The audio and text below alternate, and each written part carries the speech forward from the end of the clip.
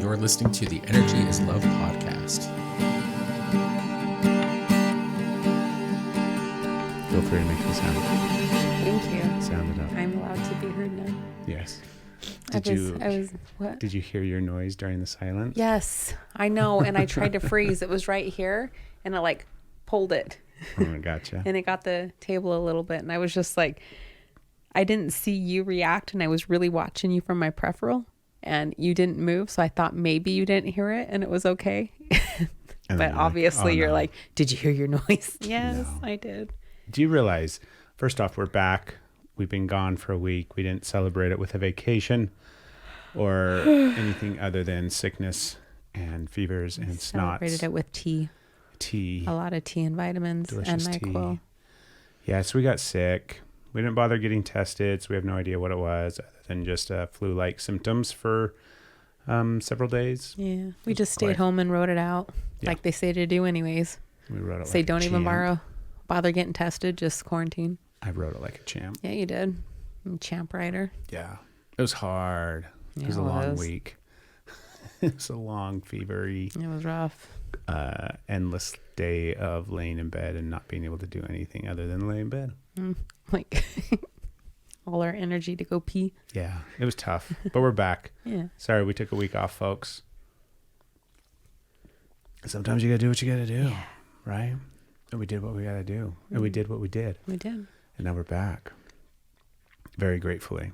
Yeah. I missed the podcast. Yeah, me too. It was kind of nice to have a day or a little bit of time off of the work involved with the podcast. I still saw you doing stuff. Yeah. Well, it wasn't to the fullest extent. It wasn't. You'd be at the table like this a little bit. Trying to do it. And then you'd go back to bed. But you still did stuff. But I miss it. Yeah. Yeah, I miss our podcast. I like doing all this stuff and I like recording the episodes. And I like the podcast. You like it? Yeah. It's a fun part of our life. I like it. But now we're okay. I was still pretty tired. You're a little tired still? Yeah. It definitely zapped our energy. Yeah. And that is slow to come back. Yeah. But it is coming back. We went for a walk last couple of days. I know. We've been out walking. Yeah. Hello, if you live in our neighborhood. If you listen to the podcast and you're in our neighborhood, you should wave to us when we go for our walk. If you see us and then just yell at us, "Energy is love." How funny would that be? That would be awesome. Jesus, I can't do that. No, I'm trying to, because it keeps hanging and it's driving me crazy. So I was trying to, there you go, get it up here, and then instead I just started knocking everything over. Whatever, it's what happens. Well, one day we'll upgrade this system. The system's nice. It's just. I'm teasing. Yeah. Yeah. Were you being a smartass to me? I was being a smartass too. Are you talking about upgrading me then? No. Goodness gracious, no. Give me half a deck. You are the best. I'm just kidding. It's okay. I don't want to mess with it. You're the best. You're the best around. Is nothing ever gonna get me down? You're the best, Stephanie. Around. Happy to the birthday, Craig. Are we gonna say that it's the can we? Can we? Absolutely. You're not gonna sing the whole song though. Don't sing the song. I mean, if you really don't, you don't really want to. Anyways, it's my birthday. We're recording on the day of my birth, which is March 2nd. It is a big day. It's a beautiful day. It's your birthday. There's a little something extra special about this birthday for you. There's a lot extra special. There's a lot about extra this special birthday for me. Yeah. What were you thinking? Well, you're just amazing. I was thinking it's also a new moon. It's a new year. It's your solar return. It's a new moon. You have all of this manifesting. Hope we understand the solar return again. It's just another way to say happy birthday. Is where the sun came back around to the same exact spot it was when you were born. So it's your solar return. Yeah, around the sun, right? Like you get Saturn return. It's the same thing. Cool. Only the sun's only 1 year. You know, I'm putting a lot of weight into the midlife crisis. Are you? Mm-hmm. Oh, you got a couple years before that hits. You think so? Yeah, I think yours hits next year. Oh, I'm sorry. See, it's next year. They were calling to let me know. Yeah. There you go. I don't think mine hit. Oh, that's right. I mean, astrologically, it comes in a few years. You have a little bit of it. You've got when Uranus is at opposition. and Chiron's return. So once that happens, you've got one that's like 41, 42, and then one about 50. So it's okay. You're doing good. What's Chiron? The wounded healer. We'll get into that later. No. Is it a planet or asteroid? What is it? It's an asteroid. Mm-hmm. Okay. Something about a wounded healer. That's it. So midlife crisis is on its way. I don't think it's on its way. I think I think I'm having it. Mm-hmm. I think it takes place over a couple of years. Well, you could say that. And I think I'm having it. Yeah. I think I'm in the middle of it, and I think I recognize it, and I think I've chosen to choose the path of like least resistance and embrace this new phase of life that I'm entering into. You know what else they say? I will tell you. Do you want to know what do. else they say? Yeah. What's something that I have learned that I'm excited about? Tell me. It's like, because you have another Saturn return that comes about 62. Not 62, but 60 as well. Okay. Is it the lessons and the difficulty of it depends on how much you like are already learned from the lessons that came and how you are, what road you are traveling on. So when you're feeling that high road, it's because you've been doing the work. I feel like we have done the work. Yeah. Yeah. I know I have done the work. Yeah. Yeah. What do you think? I feel like you're doing the work, yes. But do you feel like it's a midlife crisis? I mean, I was surprised that mine isn't until next year. Yeah. Because I was like, are you sure? Are you sure? So I kind of get how you're feeling, but It's according to old, the right? charts, there's still some distance. There's still a gap to close before it's on point. For you or for me? For both of us. For both of us? Yeah. Do our midlife crises coincide with one another? I honestly have no idea right now. I've looked at both of those, but that was something that I was like, not right now. We'll look at that shit later. And I have no idea when it is. I'm going to get a motorcycle. Are you? No, maybe not. I don't know. We'll see. Do I get a motorcycle for my birthday? Is there a motorcycle downstairs? There's not a motorcycle downstairs. Is there a motorcycle underneath the birthday tree for because Craig? we have this new rule. Remember, we don't buy things that aren't going to come with us or essential right now. Okay. Hence, so bring the motorcycle. Motorcycle doesn't really fit for A-frames. I'll build a motorcycle garage. Are you going to build a motorcycle garage? You and your motorcycle will be very happy there. It's awfully kind of you. Just kidding. I don't know. Is that what you feel like you really want? No, I'm teasing.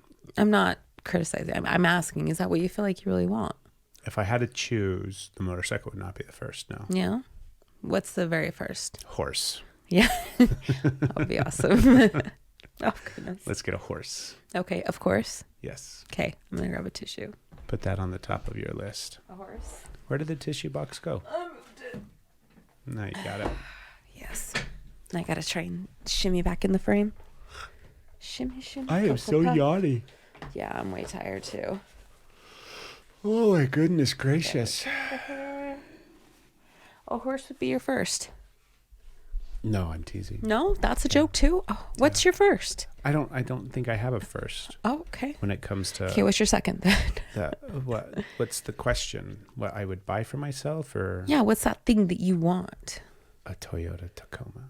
Yeah. Yeah. And seeing that would work too. I know. So is that really your first, or is that just the one that you decided was the most practical? Well, yeah, it makes the most sense. Yeah, but I asked you what you wanted. Yeah, I want one of those. That's what it would be. Yes, but I have to learn to let it go. Okay. Just to let it all go. Okay. Right. Put it out there and then release it. Let the Well, universe. it's even just like the wanting of anything. You don't think you're allowed to want? I think I'm allowed to want everything. Okay. It's not a matter of not allowed to want something, but the resistance that I build up in myself over the want. Mm-hmm. Just allow. Just allow. There you go. Yeah. What is that? I don't chase, I attract. I chase sometimes. Well, yeah, but that's the mindset shift. I know. I'm teasing. I'm tired. It's going to be hard for me to keep up. You're going to be all tease, and I'm gonna be like, oh, wait, no, let me explain what I meant. You're like, doing I got great. it. It was a joke. Dumbass.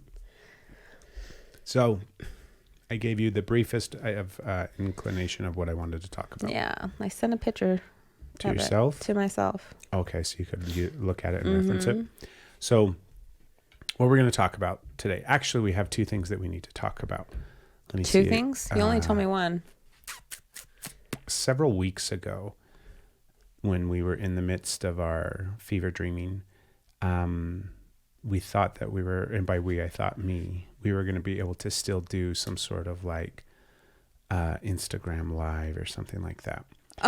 Did we try? We tried. Did we? We had intentions to do it. Did we do one? We did not, thank goodness. So we did not do those things. Okay. However, I was like, I was so sick. I don't even remember doing it. we had posted the opportunity for people to ask us some questions for that live. Hey, Bernie McBurnster. I was making art. The fire is not for burning. Art. I feel like fire is to create It's art. to set tone and to ambiance, create arts. not to burn shit. Anyway, somebody asked us a question. What was their question? Christine asked us a question. What was her question? I Sorry, we couldn't get it to you in our sickened state. Oh my gosh. Here we go. Okay. Oh my goodness. Phew, I found it. It was hard. Did you? I couldn't remember where the hell I had it. Are you ready? I'm ready. Here's I think. the question. Okay. How do you stay in the flow during shadow work? So that was the question from Instagram Live that we did not do at some point in the past, with which I don't recall when. Do you have an answer? I have an answer. Yeah, let's hear it. You have it? Thank you, Christine, for the question. Very much. That's a good question. I think it depends on where you're at, and maybe not. Maybe it's always like this, but I can just speak to where I'm at right now. I guess it depends on how deep you're going into the shadow. There's definitely been plenty of times when I've been in shadow and doing that process and still being able, like, it was like somehow the connection just became stronger and I was able to like just keep that flow. It wasn't, it just seemed almost effortless.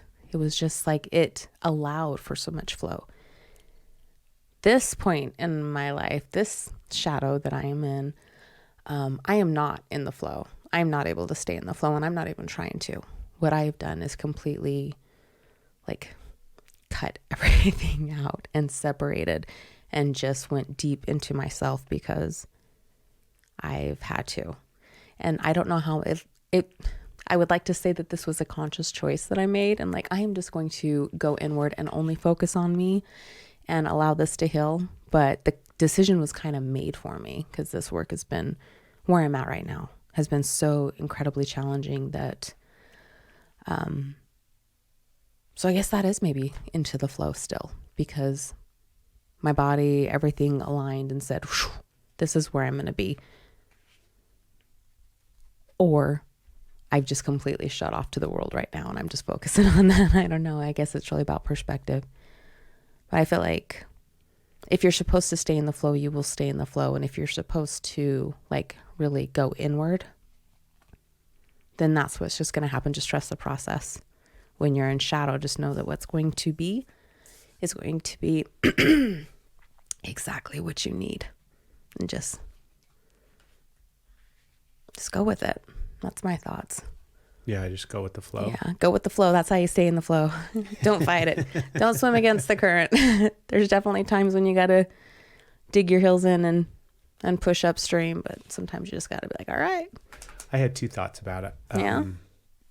Because it was like the difference between is the question in regards to how do you stay like in the flow state of your life and keeping like your life in balanced and moving forward in a happy flow when you're doing shadow work, or when you're in the depths of shadow work, how do you find the flow state in that work? So then it becomes a flowing experience rather than sometimes it feels like a kind of like, the opposite flow.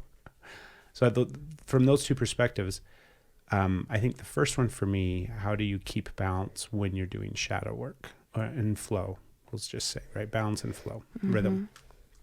And I think you have to, first and foremost, bring awareness to the fact that you're doing shadow work. I think if you aren't aware of it, and if you just kind of are doing it subconsciously or accidentally, in a sense, maybe, right? I mean, that can happen sometimes when you find yourself in the thick of your shit and you didn't realize it. And do you know what I mean? I do know what you mean. And that can really take you out. Yes, it can. So I think you have to bring awareness to the fact that you're consciously doing this type of work. Yeah. And set it up so that it is that, where it's like, okay, whether it's setting aside an intentional time period, or every day in the morning I'm journaling, or whatever the case may be, really setting aside the time and the space to do shadow work consciously, Yeah. I think will help keep you grounded and balanced and in the flow of your regular everyday life, rather than having it take you out at the knees. So just having awareness that you're doing the work can help bring you peace and balance and flow during that time period. I'm confused. Will you explain something? Yeah. Are you talking about, like, I feel like when you are doing shadow work, I just want you to clarify, because I feel like you have to, like, it is intentional. Yes. I mean, I guess it does happen where every once in a while you're like, oops, I slipped and fell right in that shadow work. But usually it's like you're going into it. So will you just help clarify? What do you mean? Like, just that alone, as having awareness that you're doing that type of work, I think will automatically, if you allow it, allow for balance and flow. Okay. Also, I'm not, like, you've got a couple of days of healing on me. I was the last to get it, so maybe I'm still a little loopy over here. You're doing great. I was like, okay. And then how do you stay in flow when you're in shadow? That's tough. That's tough. I think it also helps to have awareness of shadow work. And what I mean, it's like, maybe I just didn't, maybe I'm speaking for myself, but it's like, I used to think that like, there's a difference, and it's kind of semantics, right? Because it doesn't really matter what we call this, whether we call it shadow work or we call it trauma work, right? Deep healing work. It doesn't matter what verbiage you use. Yeah. I used to think I was doing some form of that, but really all I was doing was spiraling in my stuff. Yeah. Right? And that to me at the time felt like shadow work, but it also felt incredibly chaotic. And it just felt like this bludgeoning of guilt and shame of all of my stuff. So starting to have more and more awareness of how those things have happened and manifested over the course of my life, but not knowing how to really do anything about it. Like, that to me isn't shadow work. That to me is just opening up to the possibility of doing, quote unquote, that type of heavy work. Agreed. And so if you're in that state where it feels like you're just,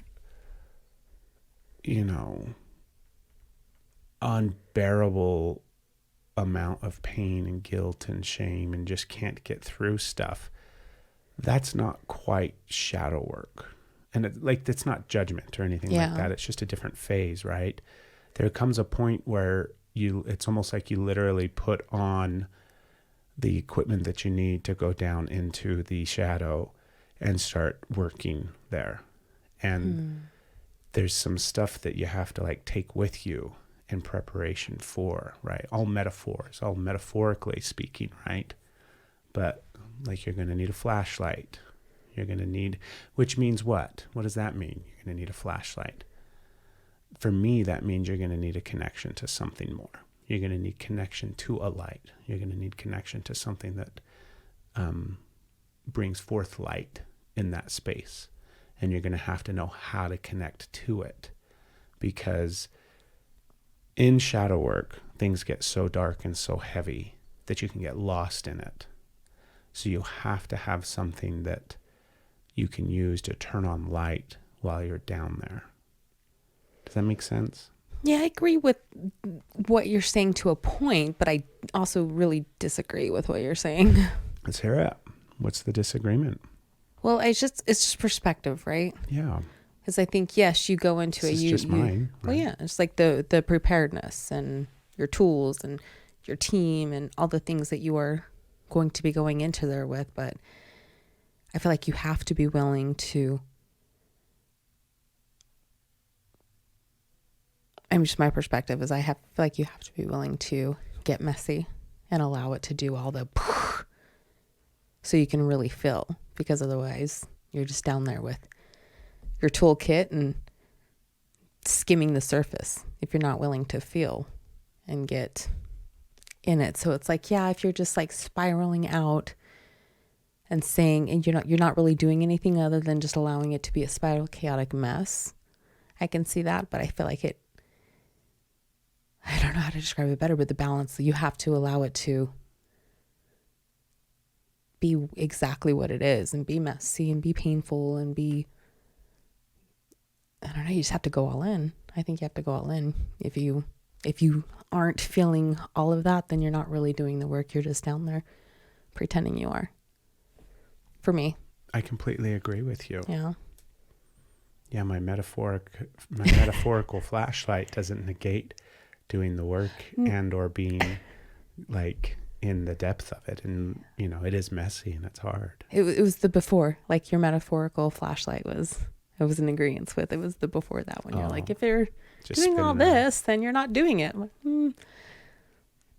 I'm not so sure about that one. Because I think there's definitely that moment where you have to, like, it's yeah, but think about the difference messy. between being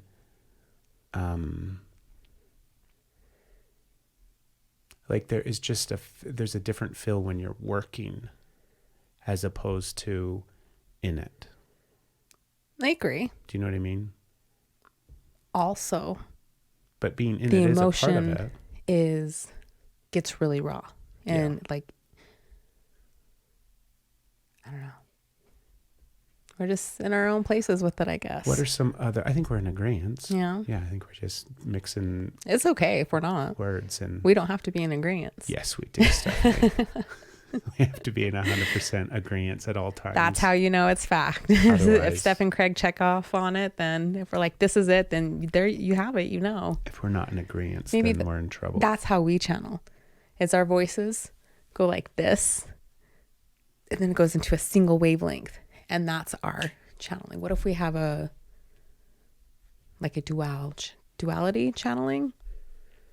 I'm really not high. I know it sounds like it, but what if we have a dual channel, like a two stereo? Like, think about it, because there's times you and I get into this really cool flow. This isn't where I was going, but I was making fun of this, but I'm like, oh, I think it's actually real though, because I was like, this was intended to be a joke. Okay. But then it isn't. So we bring our own vibration, and where we come and we have our own moments of where we really tap in and off we go on our own. But we bring our vibration here, and there are times when it's just like, whoop, whoop, whoop. You get both of us in our own like little wavelength. But there are times that we just come together and we form this new wavelength. Yeah, I totally. That like we have that. So that's what I'm saying. I meant it as a joke at first. Like, what if you and me combine, and that's how it is. That's our channel. Yeah, whatever totally name. agree with and that. then I was like, oh, that actually makes sense. So it went from being a joke to being like, oh, that might be something we do. Yeah, that is something that we do, Yeah. I think. Let's see what else. What other joke / truths I can come up with unintentionally. I was trying to be funny. So hopefully, Christine, that was some sort of answer that resonates with you in some way.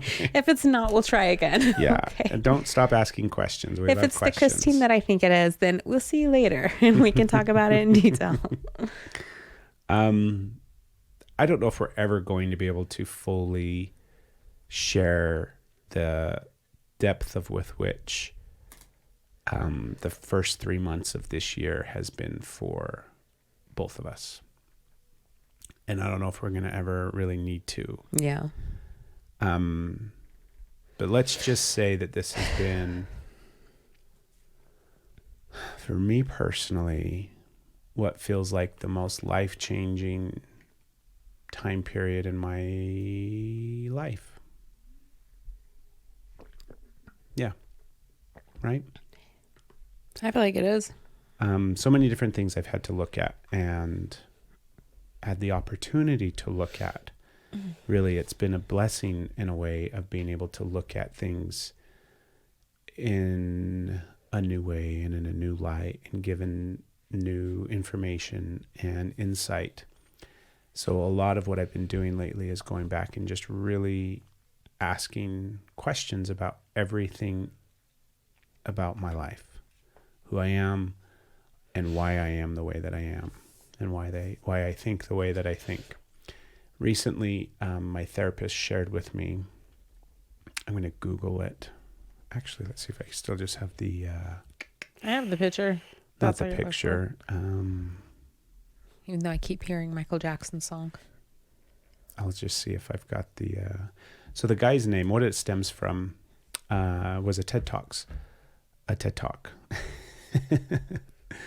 And if you Google A Call to Men, Tony Porter is his name. So my therapist shared this with me. I went and watched it. And it's this guy that talks. It's a great TED Talk. And part of what he talks about is the man box. And it's the box that every man, right? Every man, and truthfully, it affects everybody. It's a box that a lot of people get stuck in. But this is kind of the idea behind this box is that it's he kept referring it to it as like the man box in your man card. Like if you aren't these things, or if these things, then you get your man card taken away. Yeah. I've heard that phrase. I'm not even a man. Yeah. I've heard that phrase. So I'm going to just list them off and then we can talk about them. Okay. Because what's happened for me is I have gone back and really recognized once again, even though it's like, I don't know how much awareness I can have. I guess it's just more and more and more and more, right? This is an eye-opening year. I've really looked at what type of world women live in. And obviously that's our world. This is the world that women live in. And how fucked up it is. And how fucked up I think it still is. Do you know what I mean? Yeah. It's not like the Me Too movement or any of the equal rights movement, the women's movement from the, it's like all of it has been so impactful and so effective, and yet it still hasn't changed some of the things that are massively important. And I think at one point he talked in the TED Talks about women's liberation, or women's, I think it was liberation, but the idea was that like the freedom that women are, the equality and the freedom and all of that kind of stuff is linked to the liberation of the man as well, where they coexist together. Yeah. And women aren't going to be free until men are as well. I'm paraphrasing a lot of these things, by the way. I'm just listening. I didn't watch the TED Talk. And this is my interpretation of this man's words, obviously. And that made a lot of sense to me because, we'll just list these off. These are the things that are in this quote unquote man box. Do not cry openly or express emotion except anger. Check. Right? I would definitely agree with that as something that men are taught. Oh, okay. I thought you were saying is like you think is true. This isn't a list of things that I think you need to do. I know that. I didn't think that, but just how you phrased it right there, I was a little thrown by it. Okay. But no. Okay. Do not express weakness or fear. Demonstrate power and control, and then in parentheses, especially over women. Aggression, dominance, protector. So just some verbs, or not verbs, some, oh my goodness. What's the I'm like, adjective? like rules? Some words, just some words here. Aggression, dominance, protector. Do not be like a woman. Have to be heterosexual. Do not be like a gay man. You have to be tough, athletic, strength, courage. You make decisions, does not need help, views women as property and or objects. /objects, property/objects. It's a tough fucking list. Yeah. Like, it's not a list of, do you know what I mean? Be courageous and kind and thoughtful. It's don't cry openly or express emotions except anger. That alone is something that is so incredibly detrimental to boys. Yeah. And it's detrimental to everybody. Yeah. Really. Big boys don't cry. That's so what they tell little kids all the time. Big boys don't cry. This list isn't new. Like, Yeah. that's the thing. This TED Talks was from probably like 2014 or something. And I mean, it's not new information, but it hit me in a new way. And it really made me reevaluate and look at just how fucked we are in some ways. Do you know what I mean? It's so sad and it's so frustrating. And even when good men, like, I consider myself to be a good man, and I'm still perpetuating a lot of those things. Yeah. Right? And it sucks. Yeah, it does. Which ones stand out to you? The thing that stood out the most to me is when I read that and I was like, but then you pointed out like how, like, what is not the message from us, but just school and society. What is the message that our son is getting? What's the box that he's trying to put himself in? And just seeing the way that, like, we cry here. We have open conversations, LGBTQ positive. We are soft. We are against fighting. We are just, like, that's what this house is. And yet what society is teaching him, this small town, this school, seeing the ways that he is learning what it is to be a man and trying to put himself into that box, because that also equals safety. Yeah. That equals safety for the men.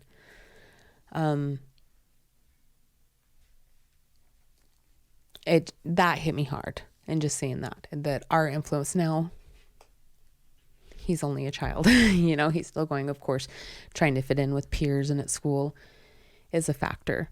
And then I think the love of our house wins out in the long run. I do.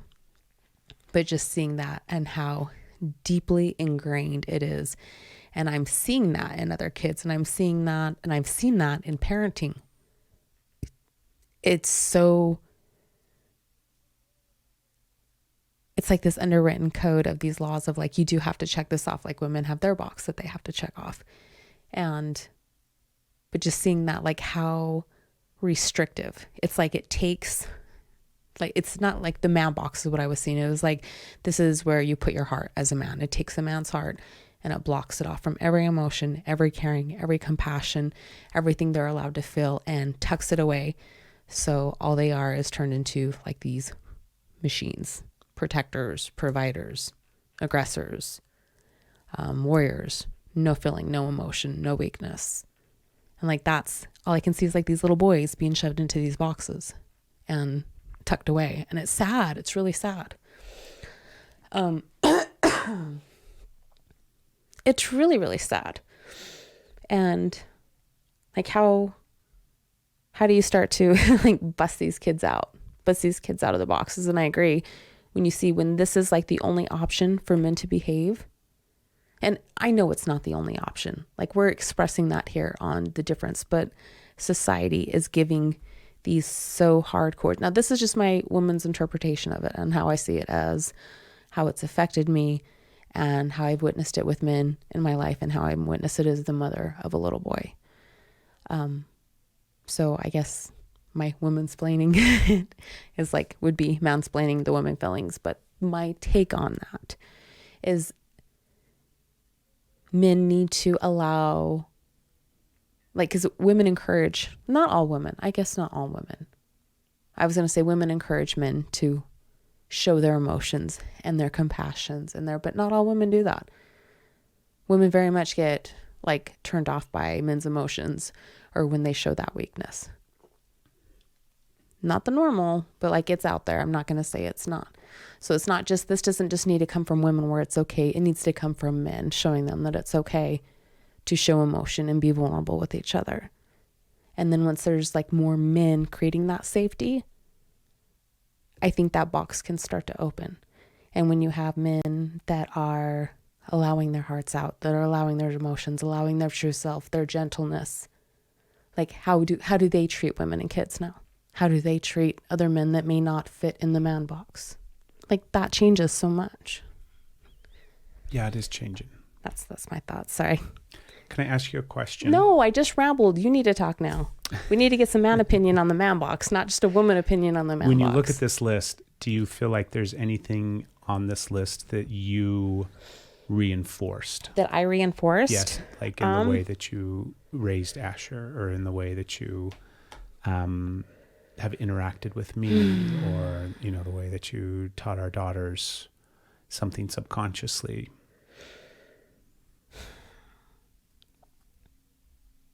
Yes. Unintentionally. Right. But yes. The do not cry openly or express emotion except anger is the first, like that's the first one on the box, and that's very much. I was taught keeping my emotions in check, not to be emotional, not to be an emotional woman, to be like strong like man when it comes to that. So also trying to teach daughters to be strong so that they were not a victim, so they wouldn't get hurt. They're strong. They can be the protectors and then seek out the protectors. And if I'm teaching that to the girls, that's also teaching like Asher the same thing. You got to be strong. It's time to be tough. And that's, I didn't know how to say, this is scary and I don't know what to do either. And I don't know what we're going to do. And I don't know. And we're just going to sit here and feel it and cry. It was like, we're going to be fine. We got this, get through this. Everything was a move. So I very much enforced that. There wasn't time to sit with the feelings. And I think I still, honestly, if I'm honest, I don't tell him that, but I model that still a lot. I push through things. I've let him see me cry. I've let him see me come apart. And just been honest with, I am scared and I don't know what to do.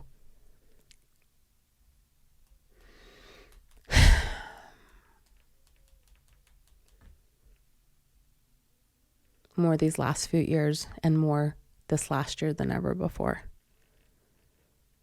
But I've tried to encourage softness without being willing to show a lot of my softness. And I know that's only one part of it. That's looking at the heart, because I can sit there and as much as I see that as the truth, I can see all the ways that that's not true. I can see the ways that I encouraged the emotions and the feelings and was able to be completely opposite of what I see on the ways that I've contributed. So at least there's that, right? But it still creates that confusion and that conflict, because as soon as you reinforce it, you've reinforced it. How about you? What does it feel It's your turn. I said, how about you? I don't want to be in the spotlight right now. I just had a lot of truth I had to swallow, and I don't like the taste of it right now. Are you sure? I'm just going to sit here and digest it for a little bit. What about you? You can ask me the next one. No, fine. Go ahead. I'm just curious what it feels like to recognize that you as a woman have been affected by, quote unquote, this man box from such an early age. I'm aware that I've been affected by that man box by such an early age. That's not hard. The hard part is where I have continued that cycle as a woman. Right. That's the part that's fucking hard. That's a hard part to look at. Yeah. Do you know what I mean? I think that's a lot of times what women don't like to look at is how they have perpetuated the cycle of misogyny in the way that, you know, and that's so frustrating. Like, that's such an ugly truth. But it's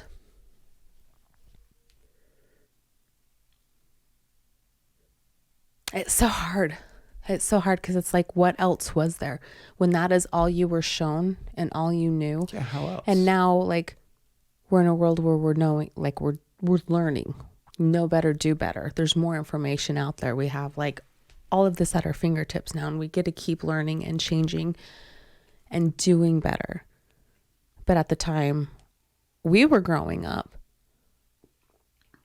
I mean, there sure as hell wasn't any like women's groups or like men's circles that were about like where we're at feeling. It was like women knit and sell Tupperware and figure out how to be quiet, good women, and men just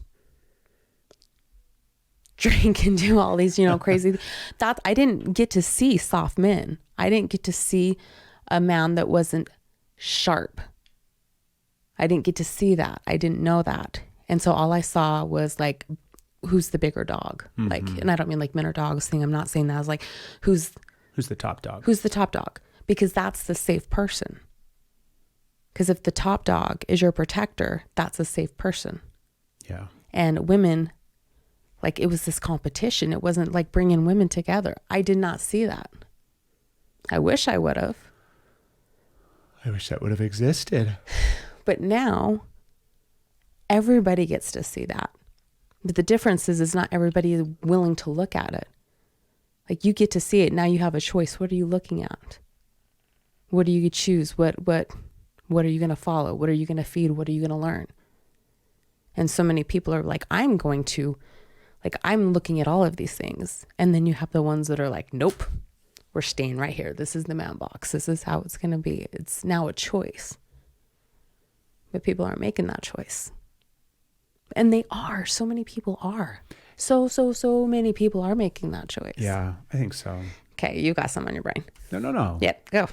Your turn. I'm seriously, we need a man's opinion on the man box. I think your opinion is beautifully valid. It is. And important, and it's an important part of this conversation. Earlier you were talking about how we live in this beautiful house that we live in, and we're raising Asher in this beautiful environment, but yet he's still exposed to the outside world.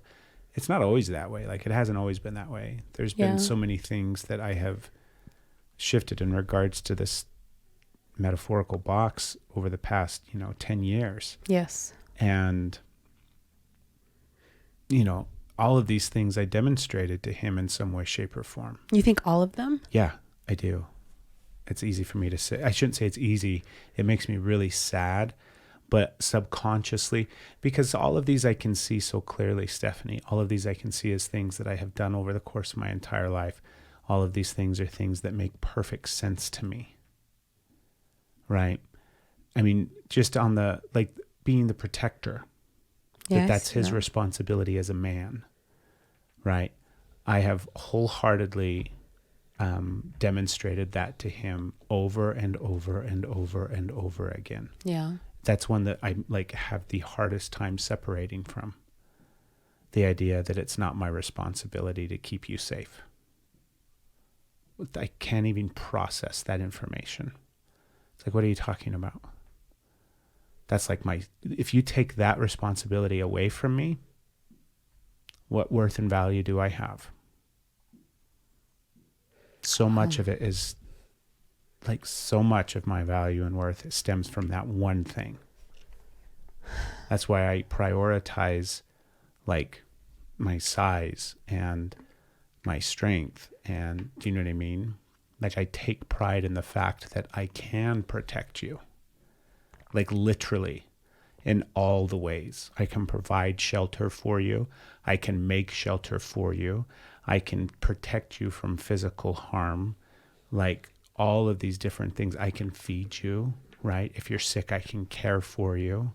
I can cook food. All of it is designed around my identity of protecting you, the woman that I love, and my children, of course, right? It's not to say, but it's that so much is ingrained inside of me in regards to my worth as a man.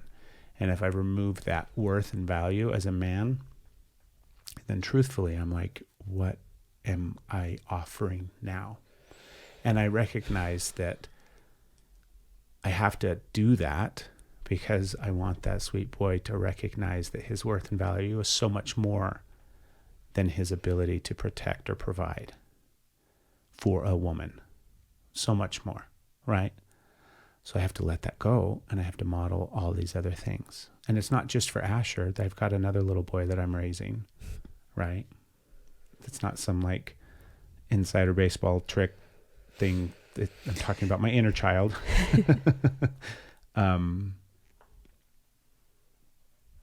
That's a hard one to let go of. And I can see so much benefit to it. Not all of these are bad, right? And so, like, if you're athletic, that doesn't mean that you're a shitty piece of shit douche man that needs to not be athletic. Like, there's nothing wrong with being athletic or tough or strength or strong or courageous. Yeah, you're not crap if you're strong. Yeah, the ability to make decisions. It's a great ability, right? There's nothing wrong with that. Does not need help. That one needs to change. Because everybody needs help. Everybody needs help with everything. Yeah. Like the whole idea that we just don't need help is so last year. Views women as property/objects. So that one is really difficult for me. Yeah. Me too. I recognize how much I view women first as a sexual object, and then whatever is next afterwards. And that is such a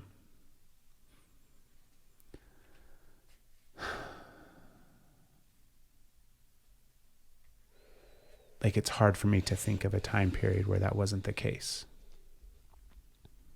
in my entire life. Now that's not right? That's sad. And that also tells me that, like, oh, I might be susceptible to some societal programming. That's how women are portrayed, no matter what. I'm aware. And that's so fucking frustrating. Yeah. And I never really saw the depth of how much that exists and the reach and the gravity of that until recently. And it's just like, I don't know how to change. What I mean is, I know how to change me, and I know how to start the process of changing me. That's something that I've gotten really good at. I don't know what to do about the rest of the fucking world, because it's so thick. Yeah. That idea, that concept, just that belief, or that view of women as sexual objects first. And hardly anything after the fact. Still? I'm not talking about myself. Okay. I'm talking about, I believe that is still the societal norm that is being perpetuated and propagated. It's because women weren't, like, even in marriage, it wasn't about love. It was about property. The role was to be a wife and to provide children. Yeah. Like, that was it. We didn't have property. Weren't allowed. Recently, like, that's changing. Before, you had to have your husband co-sign for a credit card. You couldn't get birth control without them saying it was okay. It's because women have been property. That is all they have been.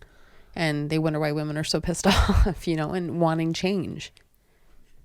Yeah. Like, so there's, like, I don't know. I think awareness goes a long way. Seeing that is huge. I think awareness does go a long way. That's a start. People, like I was saying earlier, won't even look at it. I don't even think they know what they're looking for. Like, Yeah. I think that's the problem with men. So, I don't know about that. I feel like not anymore. Hold on. Okay. Slow your roll. Slow my roll. Are you pulling up another man box? She sat up in her chair. She's like, okay, we're about to fight. We're not going to fight. I just, like, that's not an excuse anymore. You do know what to look at because it's everywhere. You have to, I feel, consciously look away to not see it. So if I'm a woke man that consciously looks, yes, and I can still miss some things, well, you can still miss something, but you that tells me that there's a lot of men that aren't even aware that this is an issue. There are things, babe, that I don't know. You're a good person and you're a good man. I know, but there are things that that you do choose to not look at. Yes, of course. There's things that I'm like, not looking at that. Yeah. This was not one of them. Okay. I thought I was I'm doing listening. a good job about this. I thought I had a real understanding of the struggle that women have had to endure Okay. over the course of history. Okay. And then suddenly I recognize how I'm still perpetuating it by looking at every woman as a sexual object first before I look at anything else after. Okay. You have my attention for sure. And that sucks. And I don't like talking about it, and I don't like admitting it, Yeah. and I don't like owning up to it. And I think it's really easy for men to think that they don't do that because they're aware of it. But then you really have to get like real curious about your subconscious. Because it's one thing to think that you know, and that's one thing to know, right? Be aware of something and then you know. And then it's a completely different thing to shift and change the subconscious programming that takes place inside of you. Yeah. And I think that's what I'm doing now. Because the subconscious programming and the idea that it's not, like I recognize that there's definitely a choice that's made. Yeah. Right? But when that choice is like the only choice, because that's all you've ever seen, that's all you've ever been programmed, then it's really hard to see another choice. Okay. So I'm just aware of how much things need to change. Yeah. Because of how much I personally want to change. I can see so differently now the ways that I was thinking, as well as just viewing. Like, I think sometimes men think that there's nothing wrong. I think people think that there's nothing wrong with like the viewing of whatever, or that's not accurate in the way that I'm trying to explain it.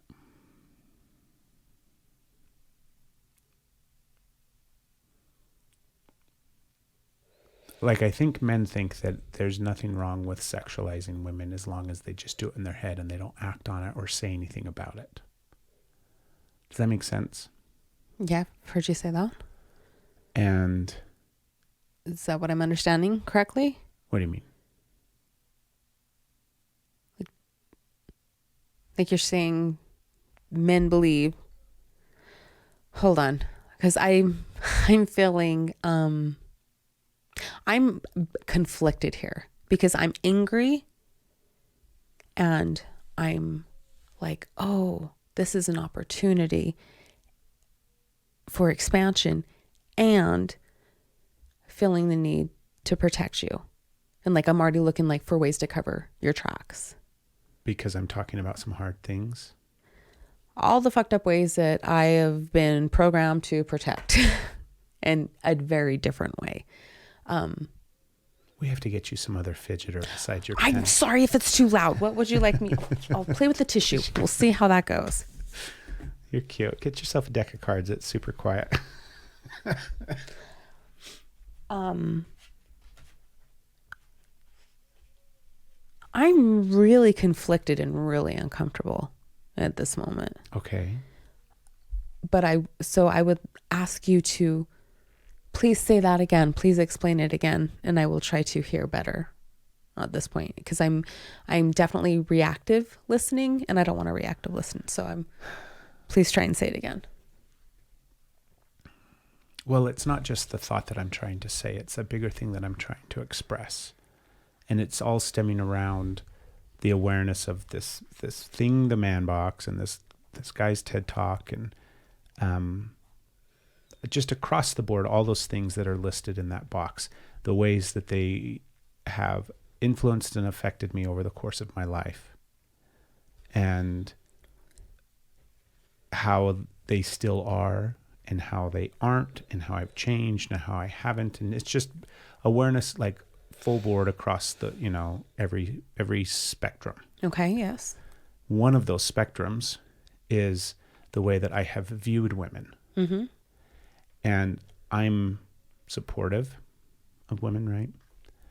I'm obviously a fan of women. All of these different things that I would like credit myself with being. And I still view women as a sexual object first.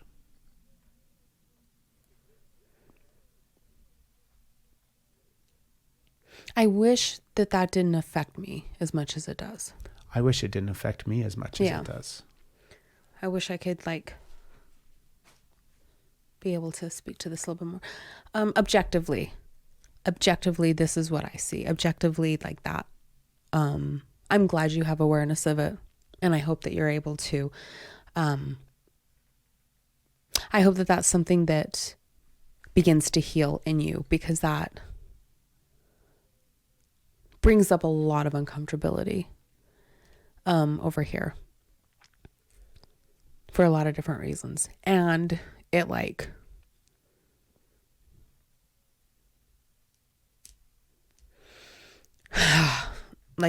ooh, okay.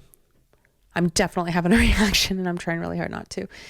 That was really brave to say, and that's really hard to admit. One thing that I believe is that being able to see it and being able to admit to it is exactly what I'm talking about. Because you're doing that. You're looking at it. You're seeing it. You're not turning away. When we started having these conversations, and I think we watched a Whitney Cummings special and to the vagina monologues, and she was talking about walking through a parking lot at night and how scary that is. And for a woman, and you admitted that it didn't even occur to you that would be a thing. Yeah. And I'm over here how the fuck did that not even occur to you? So that's where, and you keep looking and you keep looking. And as hard as those things are, the difference is you are growing from your past. You are growing from programming.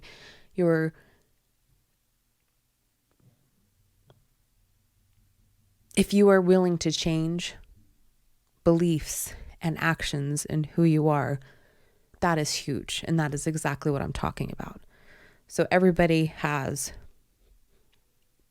a past. Everybody has things that they have done or behaviors. But if you're growing from them and you're learning and you are not repeating those patterns, then that is huge. Right? That is huge. And so I'm not going to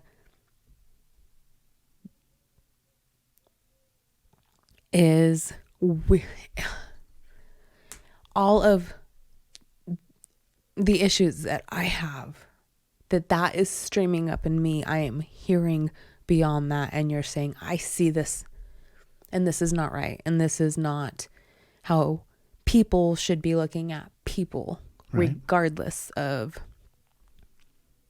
how, come on, throat, come on, brain, let's work together. Can I give you an example?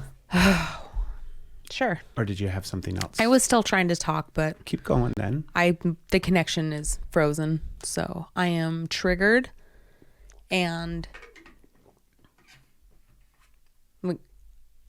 this is affecting. This is God.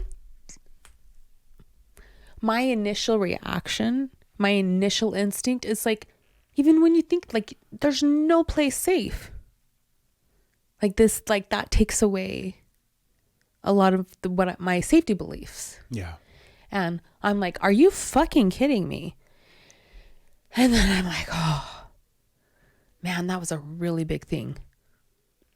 That is such a fact that doesn't get talked about. And you were just brave enough to say, oh, I see this and I'm looking at this and I'm not hiding from this. And that is exactly what creates that healthy environment, that safe environment. It's you just did a massive amount of work, and I can breathe through my reaction and see Like it can be both.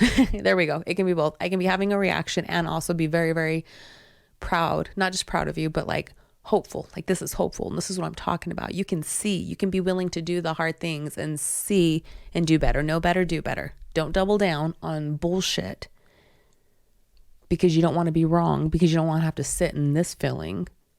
Like you can see, you can know better and do better.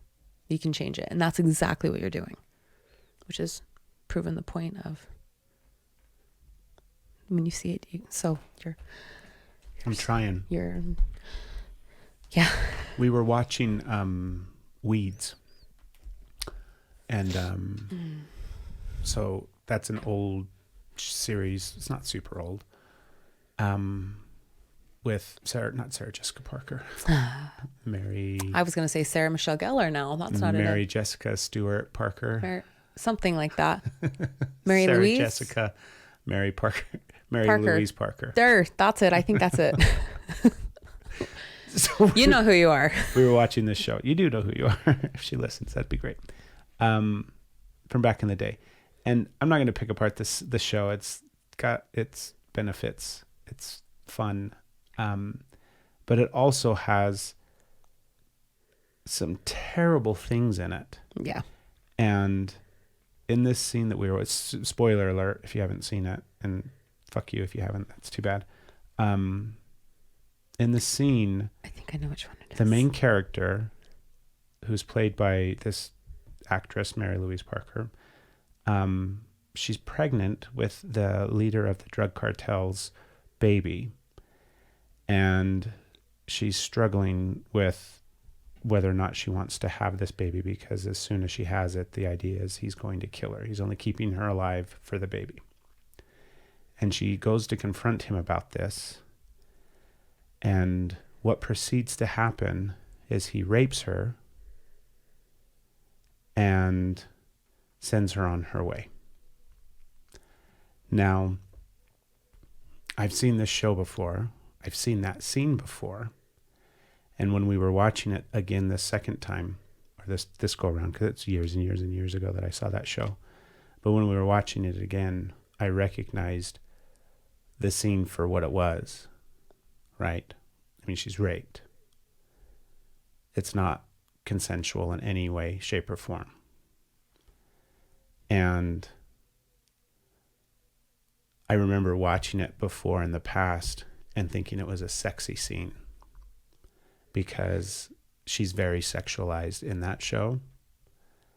And the two of them have had sex in the past that was like bent over the desk and spanking. And so I remember just having the awareness between the two different thought processes of, I used to think that this was a sexy scene.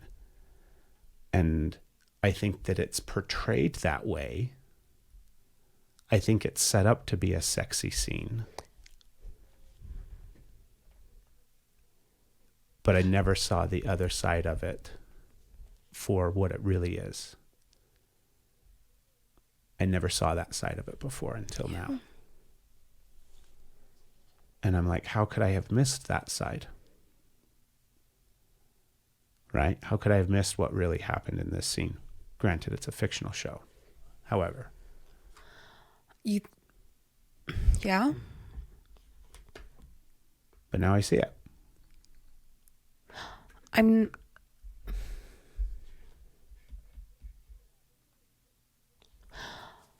I think you're giving an unfair out. Like I hear, like you see it. I don't think it's set up as a sexy scene. You don't? No, there's enough. There's anger. There's like the way like she's resistant, grabs her, and like her face is scared, and she's just like laying there. Like as he walks away, she's just like laying there, and they show her exposed in her face of like, just what just happened? Did that just happen? And like his bodyguard, whatever, and she's just like all sprawled out and viewed. And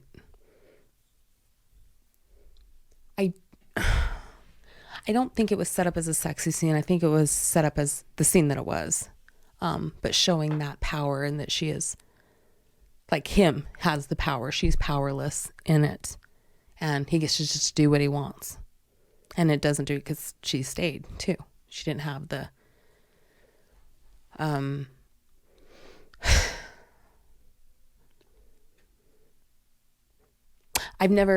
haven't seen before. Like I saw a couple of seasons and told you like after that, like I haven't, Yeah. so I don't have context of what that scene might have looked like years and years ago to me. I just know what it looks like now. But also, I think that's a big contrast on how, like, walking through the parking lot might be different for women, like how women see things and and how. Yeah, I think there's a That's lot of interesting. different layers to, why I saw what I saw when I saw it. Yeah. But that's part of the problem. Yeah.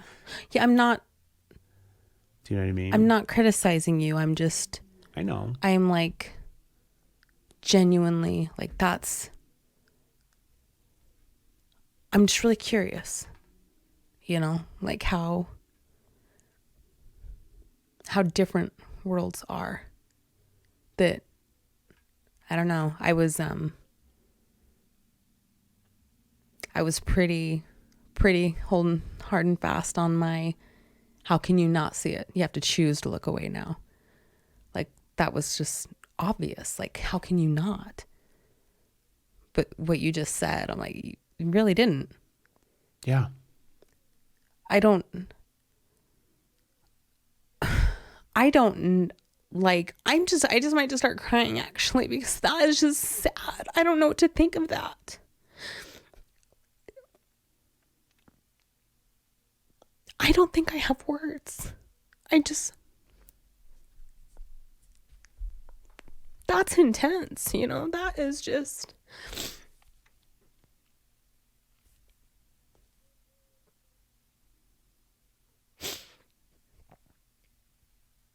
I just don't even know.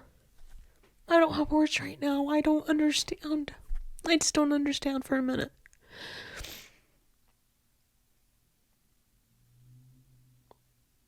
I'm really happy that you see things differently. I am too. I don't think men, I think men are scared to look at things differently. Because I think what they're afraid, I'll just speak for myself, right? Yeah. You're not aware of what you can't see, right? And if I'm subconsciously looking for things that will help me see outside of the man box, then I'm subconsciously looking for ways to make myself not safe, right? There's this thing that, like you said, that box is how you stay safe as a man. Yeah. And so I think there's a part of it that, like, they're afraid to look. And I think they're also afraid to mess up. Like, if I start looking, then I'm going to be aware of all the ways that I'm a fuck up and all the ways that I am perpetuating these stereotypes and these things and the ways that I am hurting people and hurting women and raising young boys, in a terrible way. And I'm going to see all of those things and I don't know what to do about it. Like, men don't have the capacity to do, like, you don't know how to change. You don't have that. So it's one thing to have the skill set to even know that to look for the thing.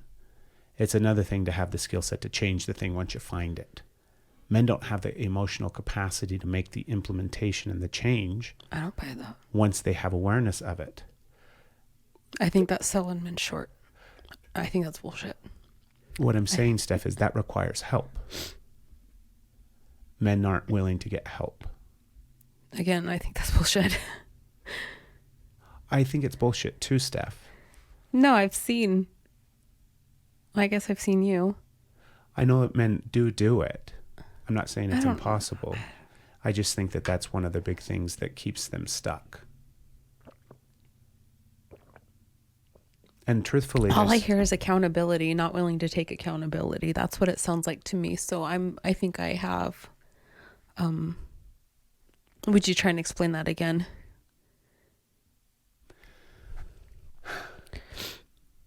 there's going to be people that read this list Do not cry openly or express emotions except anger.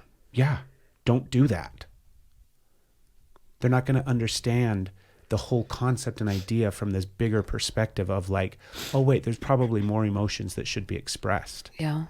They're going to be like, no, you don't do that. And you definitely don't do that openly. Not even do you don't do that, but then I don't have those emotions, right? This guy in this TED Talks, he tells a story about when he was a teenager, like 18, 19, 20, something like that.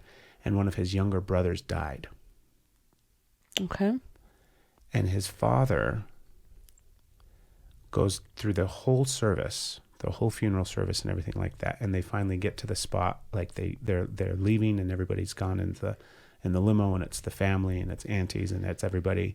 And they stop and pull over somewhere so that everybody can get out and use the bathroom. And once everybody exits, the only two people that are left are him and his dad. And once the door closes, his dad breaks down and starts sobbing. And his dad talks about how, like, in the moment, he's giving him props for not breaking down and crying and being strong enough to hold it in. And he had to get it out before the women came back. Wow. Because women can't see that. Like, this is It's heartbreaking. the day that the man buried his son. Yeah. That's how ingrained it is. So you're going to have men that are like, what the fuck are you even talking about? Right? So I think there's still a big chunk of men that exist out there that believe these things are good. yeah. That believe these are things that men should be taught. Right? Demonstrate power and control, and in parentheses, especially over women. But the men that think they're demonstrating power and control over women think they're doing it as the protector. Yeah, I'm familiar with that. Right? Don't express weakness or fear. Be aggressive, be dominant. You have to be a protector. Don't be like a woman. You have to be heterosexual. Don't be like a gay man. All of these things are still super prevalent. Yeah. And it's like, I don't know how to help the men that can't see that those things need to be looked at and that they need to be changed.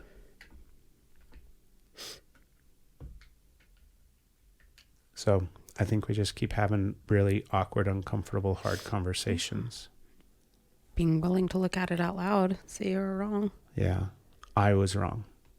Yeah. Massively wrong. And I saw and I've seen how much more work I can do and how much more work needs to be done. It's from this conversation, from how I started off this conversation to what I'm feeling right now, I see how much, like, I wasn't under the impression that I didn't have more work to be done by any means, but, gross, excuse me, but I definitely see, like, my eyes just got opened up to a whole other level of awareness that I need to have and work that I need to be doing myself. Well, thank you for being willing to have the conversation, Steph. And you thank too. you for being willing to stay in it. Because I know it's not easy. This was not easy. Yeah. It's your fucking birthday. We're supposed to have a fun episode. I know. Happy birthday, Craig. Thanks for tuning in, folks. If you notice, we didn't mention it, but this is our new backdrop. Look at. So we got the new backdrop for March. We give away Congratulations to our February winner, Pepsi. Yes. And yes, that's her name, Pepsi. Yeah. Who's going to get this one? Yes. Is it you? If you want to win our backdrop. Is it you? Go to Instagram, and that's where the details are, and you can win the backdrop, and we give you the backdrop each month. So this is the one for March. I like it. It's very cool. It's very simplistic and beautiful, and nice big kind of flower of life type thing. It's beautiful. Thanks for listening. We're back. We'll see you guys in a few days with a new episode of the podcast.